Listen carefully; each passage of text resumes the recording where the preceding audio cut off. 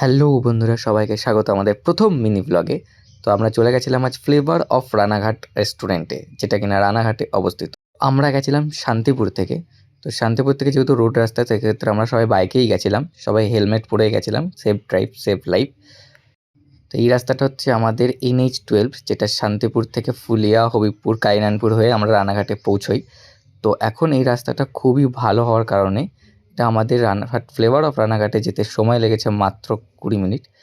আর এইভাবেই আমরা রাস্তার ভিউটা নিতে নিতে পৌঁছে যাই ফ্লেভার অফ রানাঘাটে খুব কম সময়ের মধ্যেই।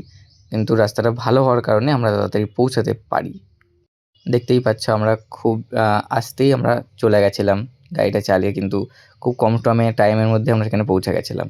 তো পৌঁছে আমরা যেটা দেখি রানাঘাট ফ্লেভারের যেটা মেন যে পরিবেশ বা যে সাজানোটা তাদের খুবই ভালো। শুরুতেই এই ফ্লেভার অফ রানাঘাটের এই যেটা আছে, আমরা দিনের বেলায় পৌঁছেছিলাম তখন লাইট টাইট সেখানে কিছু জ্বলেনি। যখন আমরা বেরিয়েছি তখন লাইট জ্বলেছিল।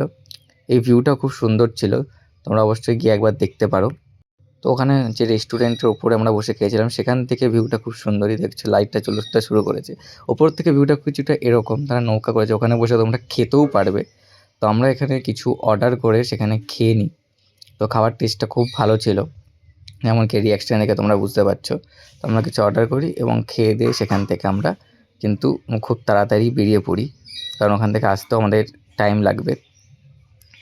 তো টেস্টটা খুব ভালো ছিল খাবারের। যখন আমরা বেরোই তখন কিন্তু পুরোটাই লাইট জ্বলে উঠেছে, দেখতেই পাচ্ছ, খুব সুন্দর লাগছিল লাইট জ্বালার পর দেখতে। তো এইটুকুই ছিল আমাদের আজকের ভিডিও। যদি ভালো লেগে থাকে লাইক করো, কমেন্ট করো, আর যদি ভিডিওটা ভালো না লেগে থাকে তাহলে শেয়ার করে বন্ধুদেরকে বলে দাও যাতে তারা না দেখে।